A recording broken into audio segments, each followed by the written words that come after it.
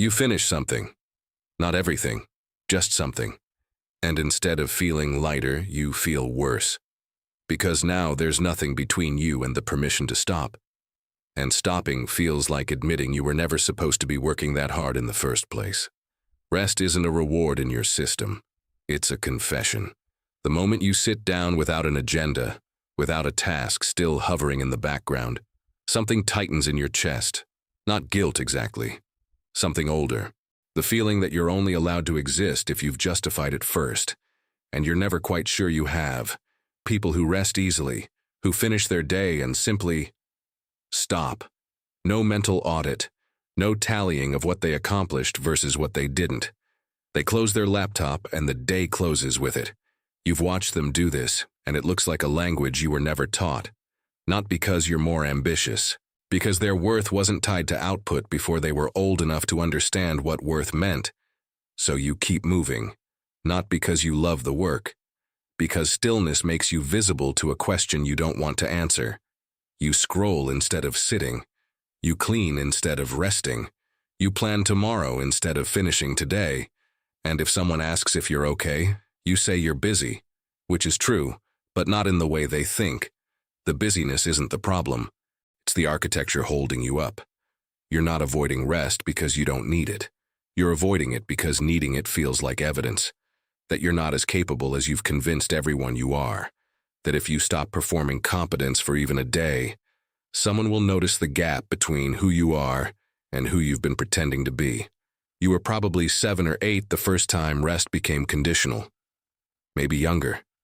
Someone praised you for being responsible, for not needing to be told twice. Except at some point the earning became the identity. You weren't someone who did things well. You were someone who didn't stop doing things. And the difference mattered more than you realized, because rest started to mean you were slipping, that you'd lost the edge that made you valuable. And even now, years later, when no one's watching that closely, you still feel the absence of permission. Not from them, from yourself. There's a specific kind of heaviness that comes with unstructured time. Weekends feel longer than they should. Vacations make you anxious by day 3. You say you're looking forward to time off, and you are, but only in theory. In practice, you spend the first half justifying it, and the second half preemptively catching up. You never actually arrive in the rest. You just orbit it. And people tell you to slow down, but they don't understand that slowing down isn't a choice you're avoiding. It's a language you were never fluent in. You don't know how to rest without feeling like you're falling behind some invisible standard that resets every morning. Sometimes you catch yourself envying people who complain about being bored. Boredom sounds like a luxury you can't afford, not because your schedule won't allow it, but because your nervous system won't. When there's nothing demanding your attention, you create something that does. You pick fights with yourself about things that haven't happened yet. You rehearse conversations that will never occur. You turn the absence of problems into a problem itself, just so you have something to solve. Because a mind at rest feels like a mind that's forgotten something important, and you can't shake the suspicion that the thing you've forgotten is how to justify your own existence. Here's what you tell yourself, that you'll rest after this next thing, after the project, after the deadline, after you've proven you can handle it. But that finish line keeps moving, doesn't it? Because the goal was never actually to finish. It was to never have to stop long enough to feel what happens when you do. And what happens is this. You sit down. You have no immediate task. And within 90 seconds, you're back on your phone. Not because something urgent came in, because the absence of urgency is unbearable. The silence where productivity used to be makes space for a question you've been outrunning since childhood.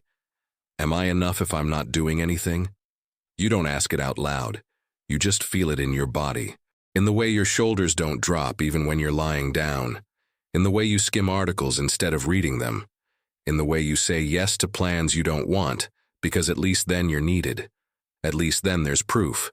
The cruelty is that you're exhausted and wired at the same time, tired enough to know you need rest, too anxious to take it, so you exist in this in-between state where you're never fully on or fully off. You're just managing. And managing feels like the closest thing to rest you're allowed. You've probably noticed that other people's rest doesn't bother you. When someone else takes a day off, you don't think less of them. You might even admire it. But when you take a day off, it feels like stealing, like you're getting away with something you shouldn't. And that thought, right there, is the one that tells you everything, because rest doesn't feel undeserved because you haven't done enough. It feels undeserved because somewhere along the way, you learned that your value is proportional to your utility. That love, attention, security, maybe even your right to take up space, depended on how much you could offer in return. And if you're not offering anything, what's left? This is the part you don't say at dinner parties. That rest feels like relinquishing control over whether people will still want you when you're not useful.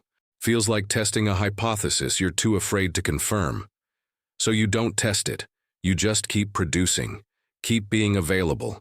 Keep showing up even when no one asked.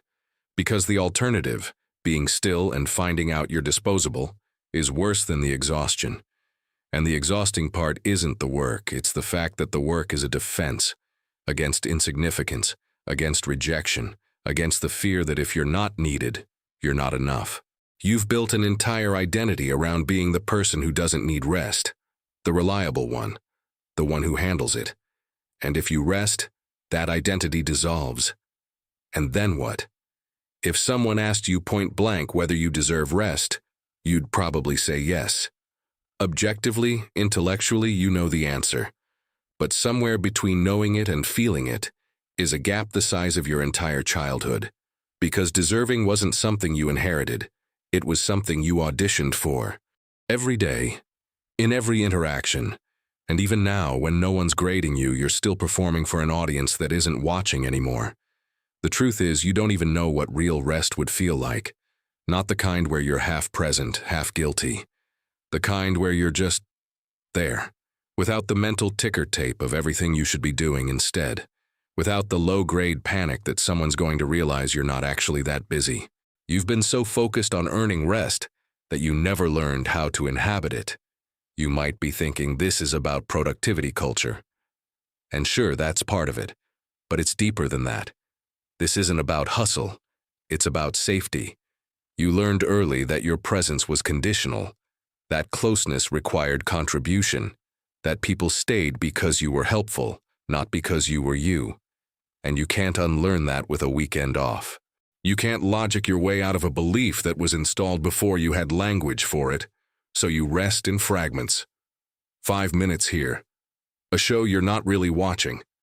A bath that feels more like a task than a ritual. You rest the way someone holds their breath underwater, quickly, efficiently, already planning the next inhale.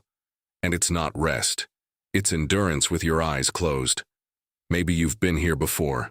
Someone told you that you need to take care of yourself, and you nodded because you're supposed to. But self-care doesn't work when the self you're caring for feels like it needs to earn the care. When rest is another item on a checklist, it stops being rest. It's just another performance, another way to prove you're doing it right. What no one tells you is that rest won't feel good at first.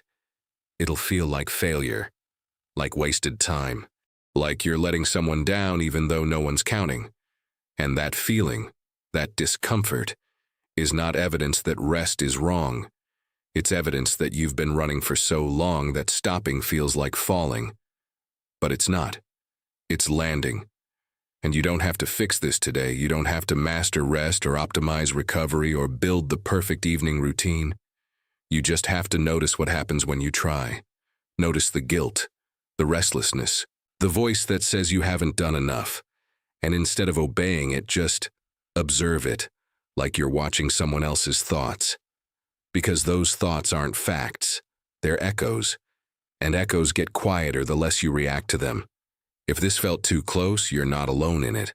There's a comment section below where people are naming the specific ways rest feels complicated for them. Sometimes it helps just to see it written by someone else.